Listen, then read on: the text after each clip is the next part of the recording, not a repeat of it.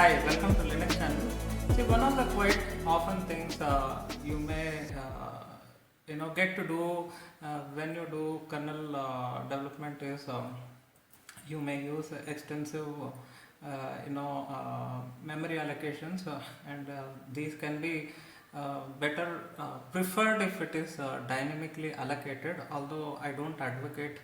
In the case of user space, it is perfectly fine if you do any prior allocation, like some sort of array buffer and stuff like that. But when it comes to user space, it's not much of a deal. But when it comes to kernel space, there is a specific limit, and more than that limit, if you do any large buffer allocation. I'm just saying, like, it can be any simple buffer like this. Say for instance, you can have a scenario where you may just have some sort of a buffer, and this can be, say, unsigned char, and let's assume this is something like 10,000 bytes or something. So it's better to refrain doing something like this and instead to do this way, star buff, and you can do a buff equal to kmalloc, and you can align you can allocate something like this. Okay, so in the case of kernel programming, and of course you can check if it fails and other stuff, so you can handle the exceptions, that's fine. So when you do this, these kind of large buffers, sometimes you need to return any stuff in say for instance proc code, or things like that. In various cases, when you write any kernel drivers or any sort of kernel modules or any kernel code, but in my case I may work extensively, since in network stack I may do some processing of packets. Say for instance, we take my old project Traffic Squeezer, and which is of course recently I started calling it Toffee. So when I do some packet processing, when I encrypt the packets, compress the packets and stuff like that, what happens is you need some buffers, multiple buffers, and I may tend to reuse them. I don't do something like this in every iteration and then just do k-free of buff whenever a packet comes. So what I do is I will keep some global buffers, and I will tend to reuse them, or maybe I may keep bunch of buffers and I may start using for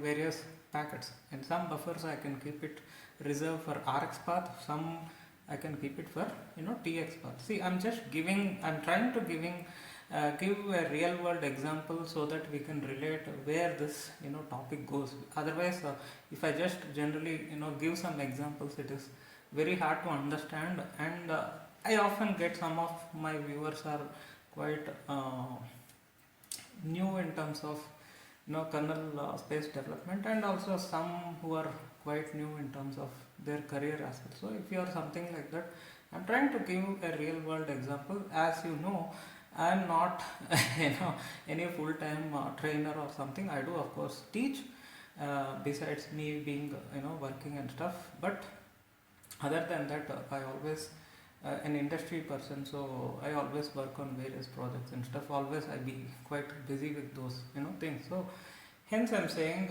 just we take some example like this, and we try to kind of arrive the problem at hand. Okay, so you might tend to do this. I recommend you don't do something like that. Whenever you need to process every packet, you keep any global buffers, and in case if you want to do some load sharing and stuff, you can actually have some sort of stuff like that. Buff of, say, you can keep a pool of some 10, and then say this 10,000, so it is actually a huge array. And of course doing something like this is quite terrible, but I'm just giving an example. Okay, I have done few things like this in the past when I was working extensively on the Traffic Squeezer project, when it was in the kernel space, although right now it is not in the kernel space. Okay, so something like this. So instead of doing this, you can as well do as buff equal to kmalloc. You can assign as a pointer instead of this type of array, and of course size of etc, and then you can say like 10 into 10,000. Of course you can replace this with some hash defines actually. So max count, and then you can do any hash define rather than this magic numbers. You can do any hash define. Max count is 10 and hash define. Now max size equal to 10,000, something like this you can give, and you can replace this statement as kmalloc into max count into asterisk max size, stuff like that. Okay, this is size of cat, etc. So that into these many times actually. So something like this you can do that. So nevertheless, the thing you can next do is you can actually do is the advantage what you get in this is you get all the allocation at almost single place. It is not split across. Let's imagine you do 10 times of kmalloc versus a huge chunk like this, and then you can have some array of pointers. Okay, say for instance buff ptr, this is just nothing but star, unsigned star, unsigned char star, and you say 10 of these, something like this, and point these pointers, buff of say 0, and say this pointer you point it to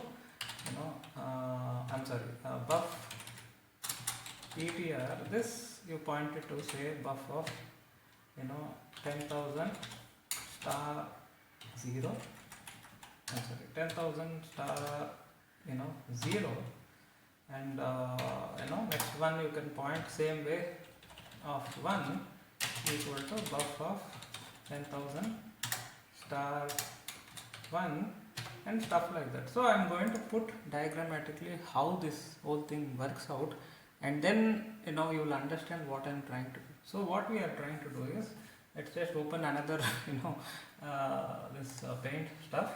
So what we do is, let's imagine you need different pointers. So see, this way you can actually write your own memory management. That's the whole topic of this video, is like how you can do some sort of custom memory management within your stack. Okay, something like that, or within your code, within your project it can be. Okay, so let's assume you need 10,000 of these. Okay, so let's assume this is 10,000 bytes.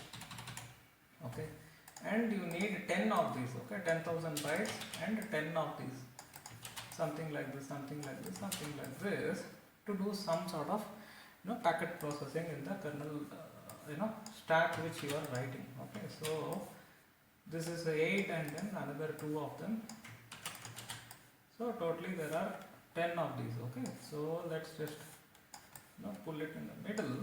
So you need 10 of these, and as packet arrays you can use some sort of round robin basis, and load sharing you can do. Then the first packet arrays, you take this buffer, you take this buffer, use it. The next packet comes, then you can take this buffer, which is anyway you can check with locks and spin locks and stuff. You can check whether it is usable, then pick it up. Okay, and then use it and stuff like that. Okay, so this is like a intermediate buffer as packet array. So the problem is, every time the packet arrives you can do a kmalloc, but the thing is it is quite expensive by doing it per packet basis. So what you can do is you can do this prior allocation, and you can use these like a slots. Okay, you can use like a slots, and this will optimize your code a lot. Okay, so if you are, let me give an example. If you have architected something and if you are finding a lot of performance issues, and your code is not optimized, and it is taking up a lot of processing latencies and stuff, then you need to check these aspects. Okay, so then your code is somewhat goofed up, so you need to optimize it. So this prevents doing a kmalloc per iteration of packet arrays on the port. See, this is not a big deal if you are doing the stack meant for some LTE or any Wi-Fi, or a basic 100 Mbps NICards, but it's a huge issue if it is a huge gigabit Ethernet port 2.5 or 10 gig or 40 gig or 100 gig ports. So that time this optimization really helps. So make sure you don't do mallocs on each iteration and try to keep some slots, and you can keep any number if this count is less for your rate of packet processing. I'm just again giving an example. This is nothing to do with networking as well. Okay, so I'm just giving an example. So in that case, if this is far too less, maybe you can allocate some more and keep them ready, and then you can do some sort of round robin basis and start consuming them. So whenever if something is being used, and once it is used, you can put some sort of a flag mentioning that it is ready for use for the next upcoming packets in the future. Okay, so something like that. Okay, so when you do this, you can allocate something like this, or you can also do something is, which I often quite do, and trust me, if you know what you are doing, it will never crash anything, and it is going to be extremely stable and extremely smooth and streamlined, and all you need is just one malloc and you point all your pointers. So what you can do is, let's call, say, these independent ones are this buff, because that's what it is, and let's call these independent ones, each one is a buff of 0, buff of 1, and something like this. So each one is buff. Okay, so that's, we can call it as, okay. So what you can do is, you can allocate a large buffer. Instead what you do is, you allocate a large buffer, super huge buffer, and this is just a linear buffer, so this can be holding any few kbs of size, okay, of kmalloc. Okay, so something like that. Let's just extend this. Okay, let's imagine instead of this, you allocate a large buffer, okay, something like that, and assume this large buffer, let's just paint it, let's just fill it. Okay, let's imagine this large buffer is equivalent to the total size of these many small buffs. Okay, so which means 20 of 10,000. Okay, let's assume it is such large buffer. So you just do one kmalloc, one kmalloc for this, of this large buffer. Okay, one single kmalloc, and then what you do is, you can create this buff of that array what I was mentioning. So this is a pointer array. Okay, so this is a pointer array, and you can point each of them, say buff of 0, you can just point this to this place, and then offset by 10,000, and what you can do is, you can create, you can point the next one, say buff of 1 to this. So you can point this here. So let's assume if you add this offset, this we call it as a buff pointer, right, as I was showing you in the previous slide. So this is going to be your buff pointer with huge this is buff, this is buff pointer. So in this case, I'm calling the large one as buff and the other one as buff pointer. So nevertheless, let's just call with the same jargon. So for easy, so instead of buff, we call this as buff pointer, and buff pointer of 0, buff pointer of 1, and so on. Okay, so each of them will be pointing to this thing, and next again offset by 10,000 bytes or whatever you prefer, and then do this way. Okay, so now what happens is, this is going to be your large buffer, and we call it as buff, and then at each offset, one of this buff pointer will be pointing.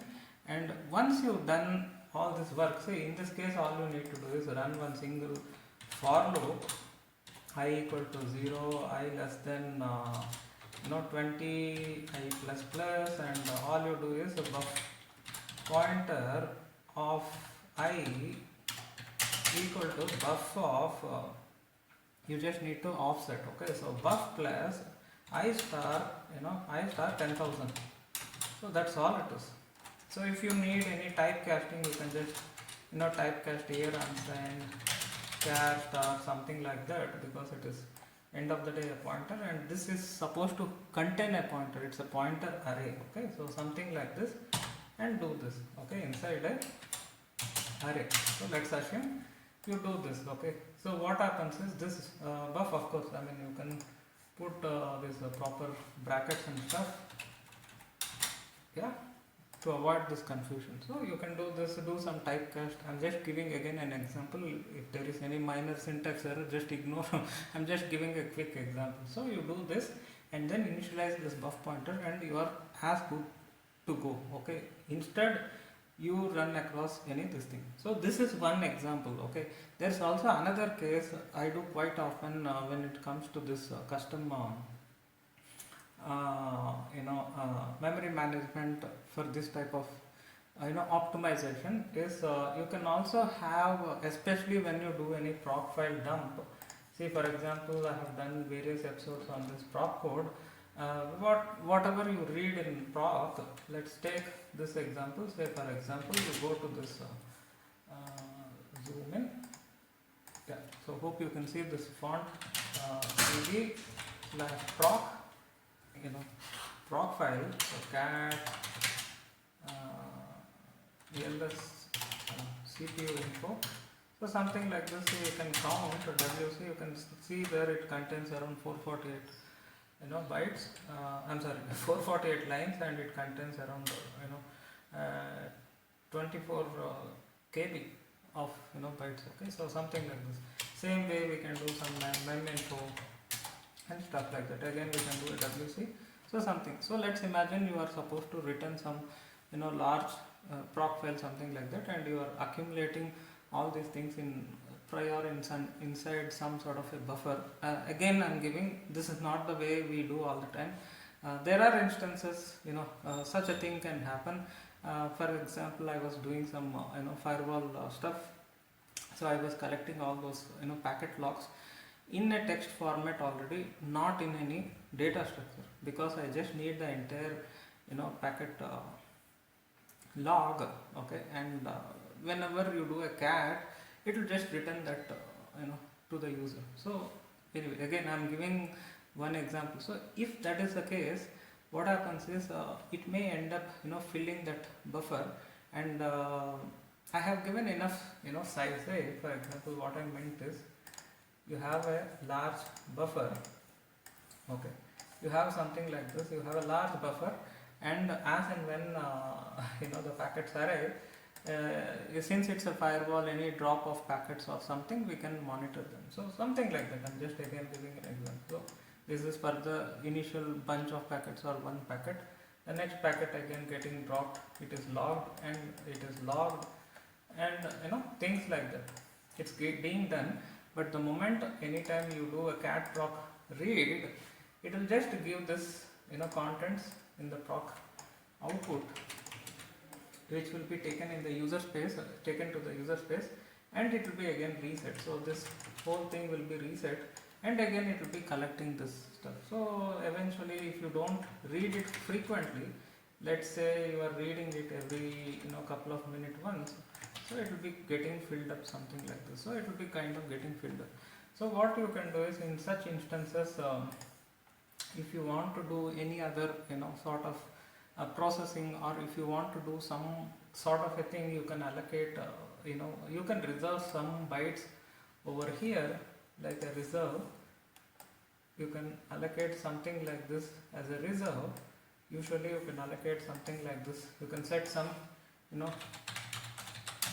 pointer, and as and when it gets filled up with all this logs, and if it is tend to cross this reserve pointer or this space, you can just avoid, and no more you collect any bytes, and then when you do a cat proc, you can just dump it out and then reset that whole stuff. So you can do that. But there is also another thing. If you are doing that, if there is again momentarily you need to compute something, you need to do something